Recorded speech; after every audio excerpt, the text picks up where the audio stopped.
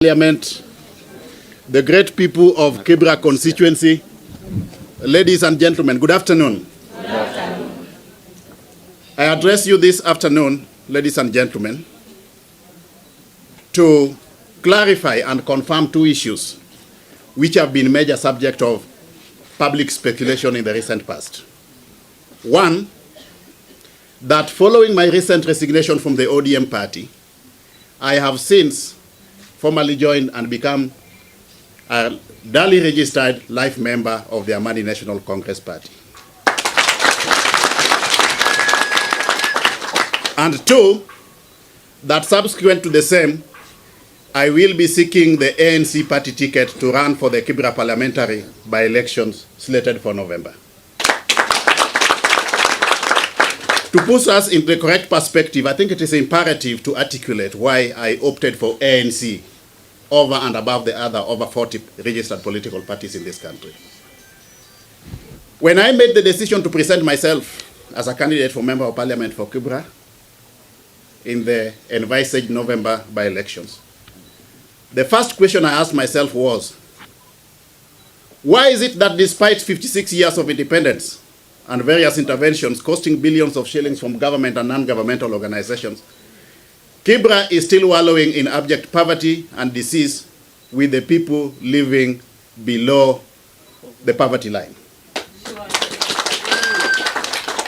It has become abundantly clear to me, ladies and gentlemen, that there has been a problem with the approaches being deployed to resolve the problems facing Kibra and the entire issue of poverty in our beloved country, Kenya. I concluded, therefore, that Kibra is in part a victim of doing things the same way for 53 years, yet expecting different results. My well-considered opinion is that it is now time for a paradigm shift. We must stop looking at Kibra as just a slum, but instead as a human resource backbone of Nairobi and the country at large, which then requires investment in skills development, healthcare, social services, security, welfare, housing, and recreation, among other conscious and deliberate interventions. Kibra, my brothers and sisters, is the home of hardworking and industrious small businesses and entrepreneurs. It is also the home of toiling and resilient men and women who carry the industries and factories of Nairobi on their backs for as low as Kenya shillings 150 per day. This is a very sad situation. The profit is obviously invested elsewhere, with none trickling down back to the people of Kibra. In my view, as you all know, Kibra houses the most hardworking construction workers who build and maintain our roads, houses, bridges, and railways in the scorching heat or biting cold every single day. These roads obviously lead elsewhere and serve other people. They do not bring wealth and prosperity to the people of Kibra. Similarly, Kibra is the home of our Shamba boys, the maids who support us in our houses, watchmen, ayers, cleaners, boda riders, makangas, mamambogas, and mukokoteni pushers. They have invested heavily in other people's lives, but unfortunately, with little return in their own households in Kibra.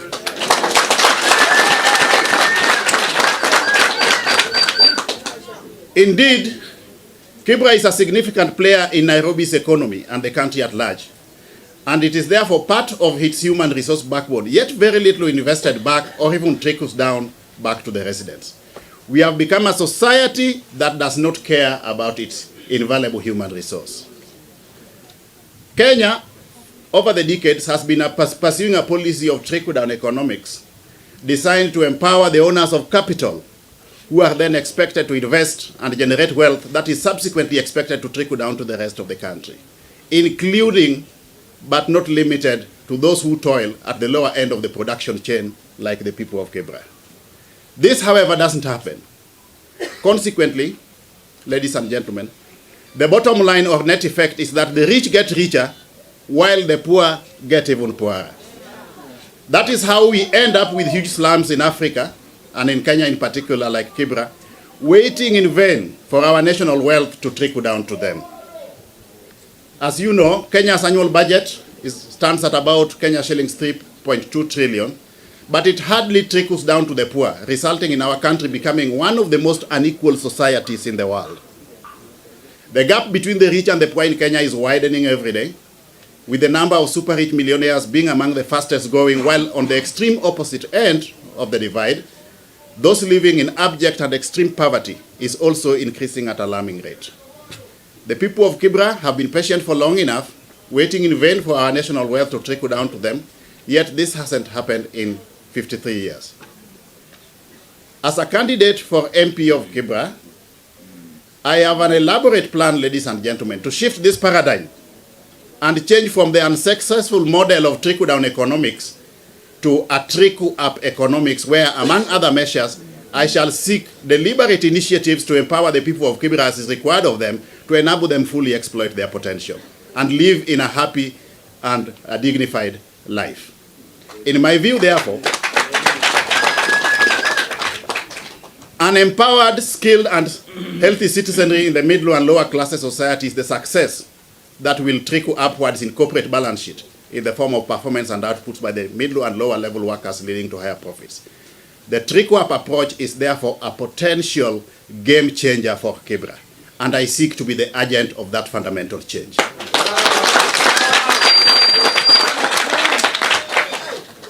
Achieving dignity and prosperity for Kibra, my brothers and sisters, requires partnership with a political party that has a shared vision and which is equally ideologically inclined towards shifting this paradigm, more so with respect to proper policies. When I made the decision to run for these by-elections, I did a rapid environmental scanning, and among all the registered political parties in this country, I'm convinced that the Amani National Congress Party, with its social liberal political party, provides the most viable alternative and route to enable us to address the challenges facing the people of Kenya. I have carefully analyzed and integrated the ANC ideology and policy, its legislative agenda, and I am convinced beyond any reasonable doubt that the ANC party led by Honorable Musalia Mudavadi offers the best vehicle for us to work together towards shifting the paradigm in Kibra and bringing about the much needed empowerment of the people. I have noted that the NC party has the most elaborate and appealing pro-poor policies. More appealing to me, even at macro level, is Musalia Mudavadi's mastery of Kenya's economic issues. Issues which are dear to the hearts of the people of Kibra, and his constant provision of feasible policy alternatives towards addressing the challenges facing not just the people of Kibra but the country as a whole. His zero tolerance to corruption, his zeal for good governance, effective debt management, and commitment to promotion of the rule of law. This is why I chose ANC, my brothers and sisters, and this is why the people of Kibra should vote Eliud Owalo and ANC in the ensuing by-election.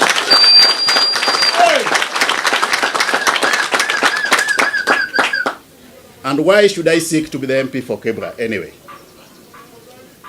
Ladies and gentlemen, I'm a proud son of this country who envisages the best for our beloved country.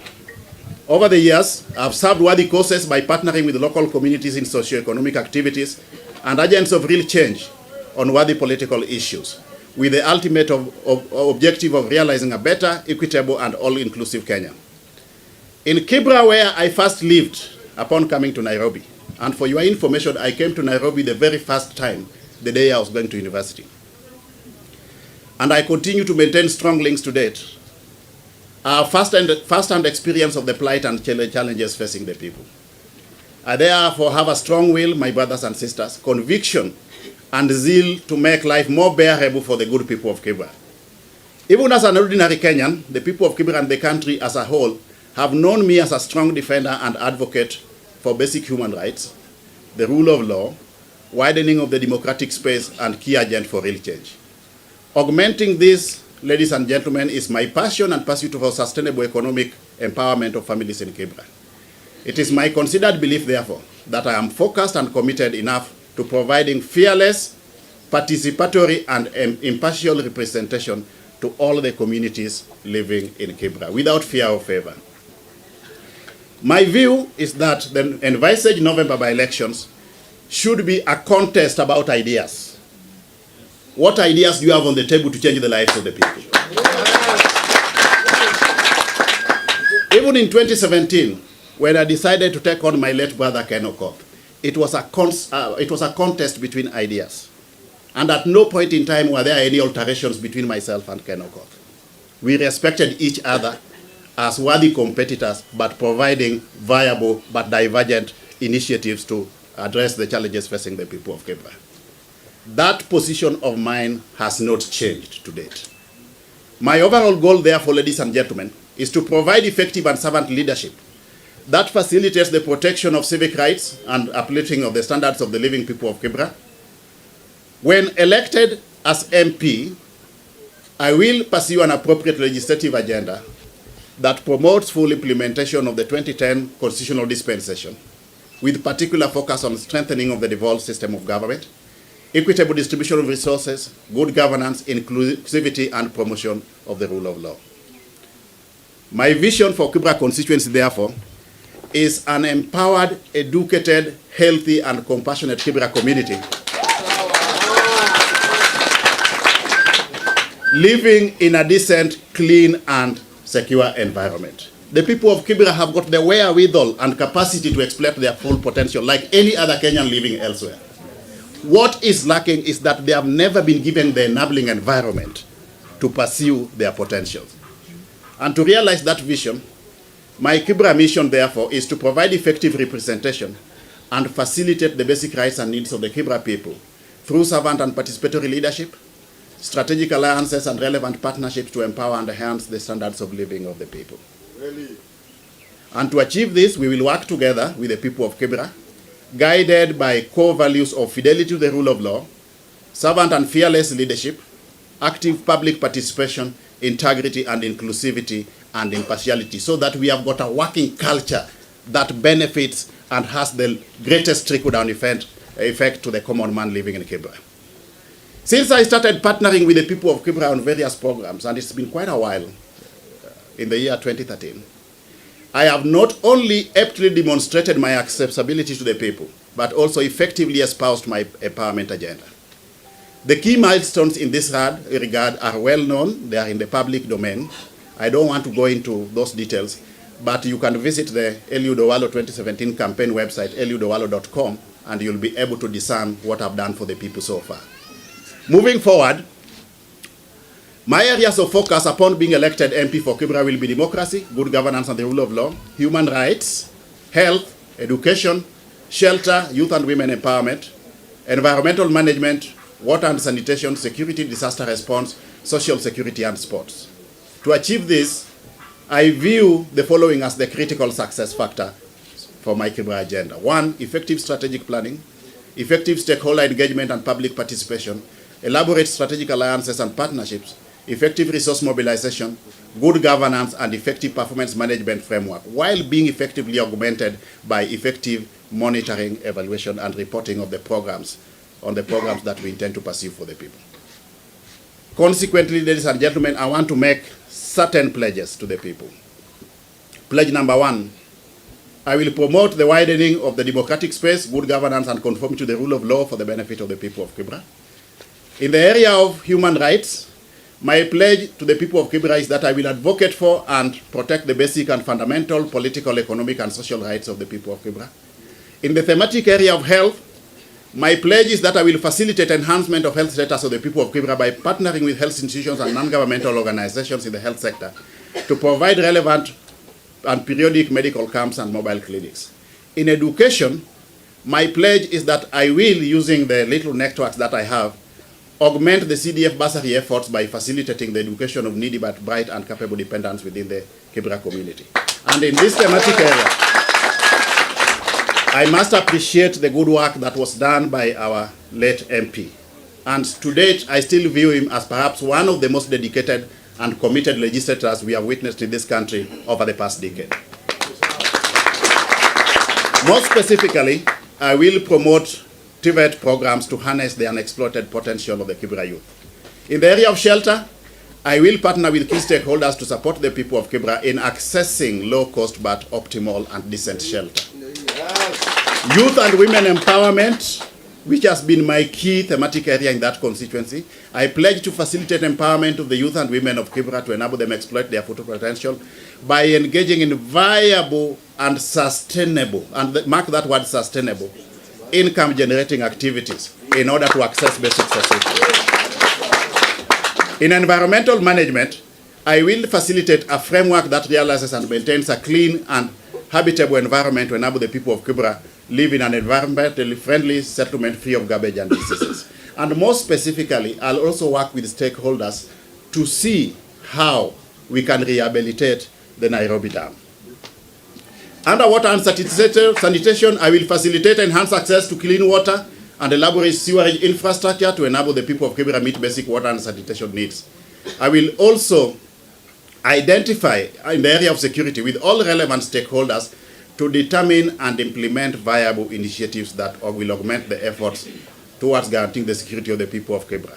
The cardinal responsibility of government and the security apparatus in this country, as per the dictates of the Constitution, is to protect the lives and security of the people and their property. Not to harass boys who are walking up and down in the streets. And that is something that we will definitely address with the security apparatus, because it is a common phenomenon in Kibra where youth are arrested on flimsy grounds, and we will need to find a way of addressing this. In the area of disasters, and you are aware one of the biggest challenges we face in Kibra is that of fire and floods. I will establish and operationalize a constituency disaster management fund to provide timely and adequate response in instances of disasters like fire and floods. In the area of social security, I do recognize that the aged are integral members of the Kibra society and should obtain the inalienable economic, social, cultural rights indispensable for their dignity and the free development of their personality, and they are therefore entitled to realization of the same through joint efforts and cooperation and in accordance with the organization and resources that will be available. In sports, I pledge to sponsor an annual sports tournament to promote cohesion, physical development, positive attitudes and discipline to improve healthy competition among youthful members of the Kibra society. And these sports should not just be soccer. We must take part in sports that promote the well-being of both our youth, whether they are men or women. So we must think of the female as well. Eventually, I will facilitate and enhance competitiveness of Kibra United Football Club. I want to take that club to be one of the most competitive in this country. And because Kibra is a football hub, I vouch here today that immediately upon being elected MP, I will purchase a van each for the Kibra branch of Gor Mahia 1 and AFC Leopards, so that they are not running after politicians looking for transport when they want to go and watch Gor Mahia and AFC Leopards. All they need to do is to look for fuel. So I pledge to do that. And informed by the above, ladies and gentlemen, as I wind up, in response to the challenges faced, the emerging issues, and with a view to pursuing effectively realizing these objectives, I will, within the next 2 years, focus on the following flagship projects. You can't do everything overnight, but I have decided to analyze the prevailing situation and have determined certain specific responses that we will initiate within the short term as part of my development agenda for Kibra. One, put down economics to a trickle-up economics where, among other measures, I shall seek deliberate initiatives to empower the people of Kibra as is required of them to enable them fully exploit their potential and live in a happy and a dignified life. In my view, therefore, an empowered, skilled, and healthy citizenry in the middle and lower classes society is the success that will trickle upwards in corporate balance sheet in the form of performance and outputs by the middle and lower level workers leading to higher profits. The trickle-up approach is therefore a potential game changer for Kibra, and I seek to be the agent of that fundamental change.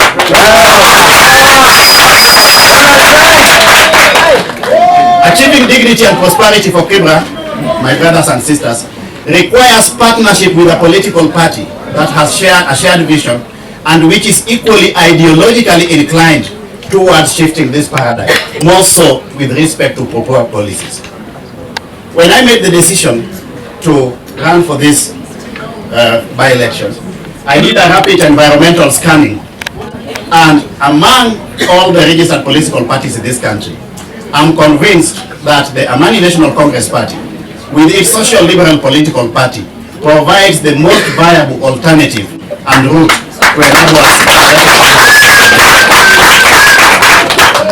I have carefully analyzed and integrated the ANC ideology and policy, its legislative agenda, and I am convinced beyond any reasonable doubt that the ANC party led by Honorable Musalia Mudavadi offers the best vehicle for us to work together towards shifting the paradigm in Kibra and bringing about the material empowerment of the state.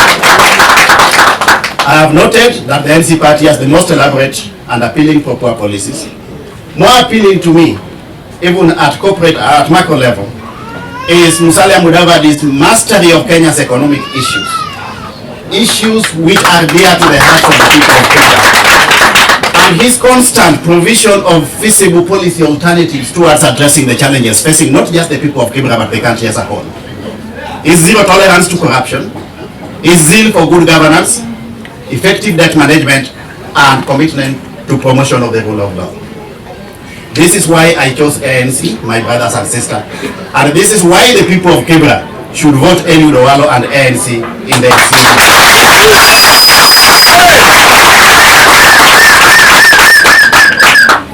And why should I seek to be the MP for Kibra anyway? Ladies and gentlemen, I'm a proud son of this country who envisages the best for our beloved country.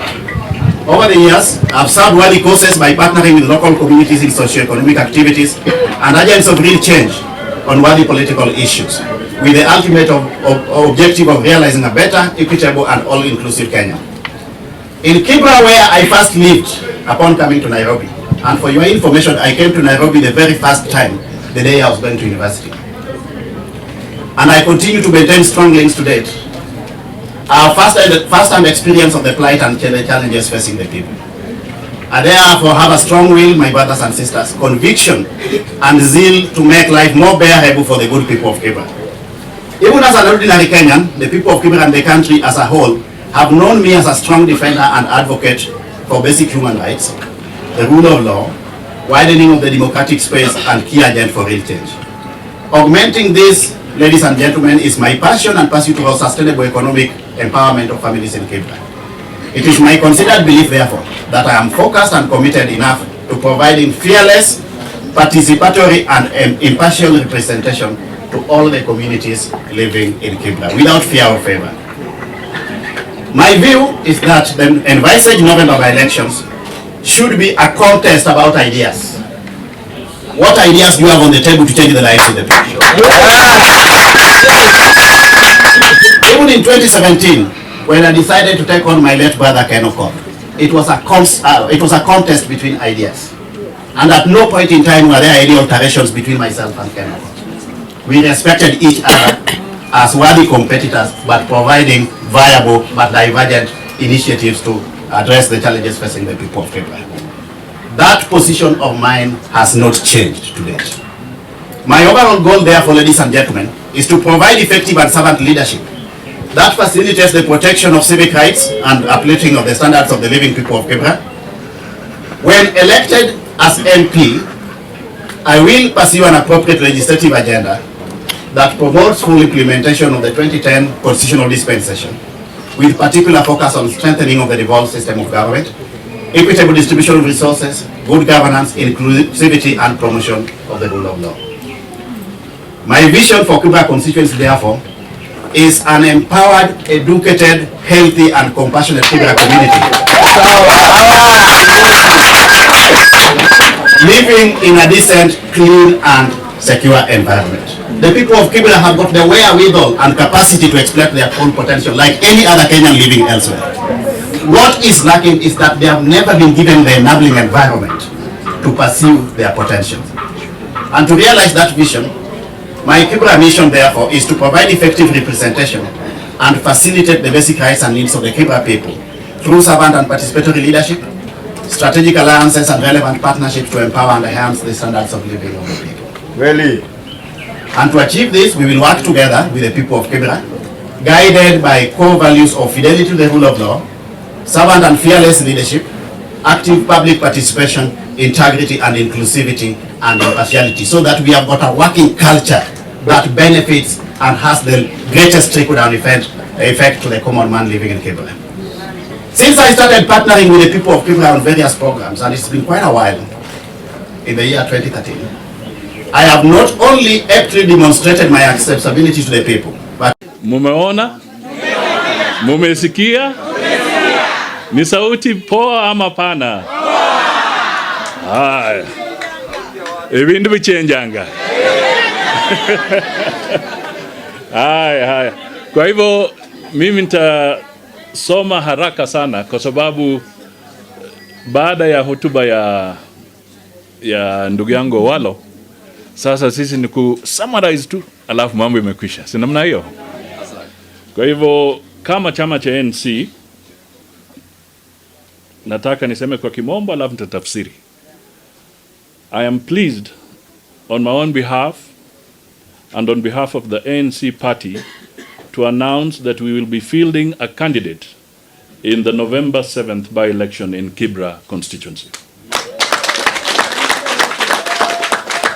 Number two, we have met this morning as the National Executive Committee to appraise ourselves of the party's preparedness for the by-election and others in the offing in the near future in various wards in the country. I am pleased to report to our membership across the country that their party has continued to grow from strength to strength since the last general election. We are eminently ready for the political competitions ahead of us. We are therefore entering the race for Kibra fully energized and rejuvenated, and Kibra is going to be only the beginning of things to come. There will be great political battles to be fought and great victories to be won. So get ready. 3, ANC continues to be attractive to solid leaders across the country. And mark my word, solid leaders across the country. On a future date, we will assemble to unveil and present live membership certificates to some of the stalwarts who have joined our party since August 2017 in our great march to 2022. Today, however, I am pleased, and you have witnessed it, to announce that Mr. Eliud Owalo is one of those who have joined our party. And we are today officially receiving him and presenting him to him with his life membership certificate. 4th, Mr. Owalo is a seasoned management consultant and leadership coach. He has vast leadership skills and abilities which should be tapped for the greater benefit of the public. In this regard, having fully satisfied the requirements of the Elections Act, the Political Parties Act, and the ANC party constitution, the relevant organs of the party dealing with party primaries and elections have found him suitable to run for Kibra on the party ticket. We will accordingly be fielding Mr. Eliud Owalo in Kibra. Number 5, a number of other eminent members of the party who had also signaled some interest in the seat did not follow through the process, while others voluntarily offered to pull out of the race in support of Mr. Owalo's candidacy. On behalf of the party, NEC, and other organs, I want to thank them for this gesture. I invite them and all other party members and supporters to turn out in large numbers to lend support to our Kibra candidate during what promises to be a tough campaign.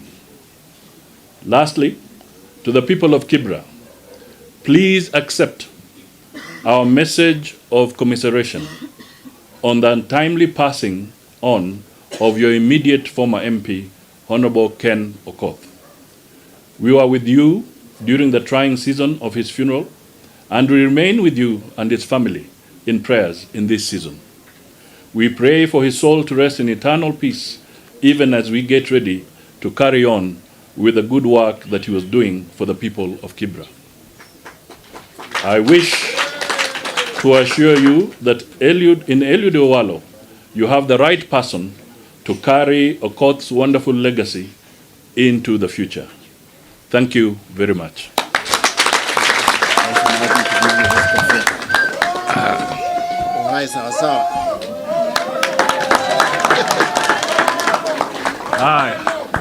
Nikisimama kidogo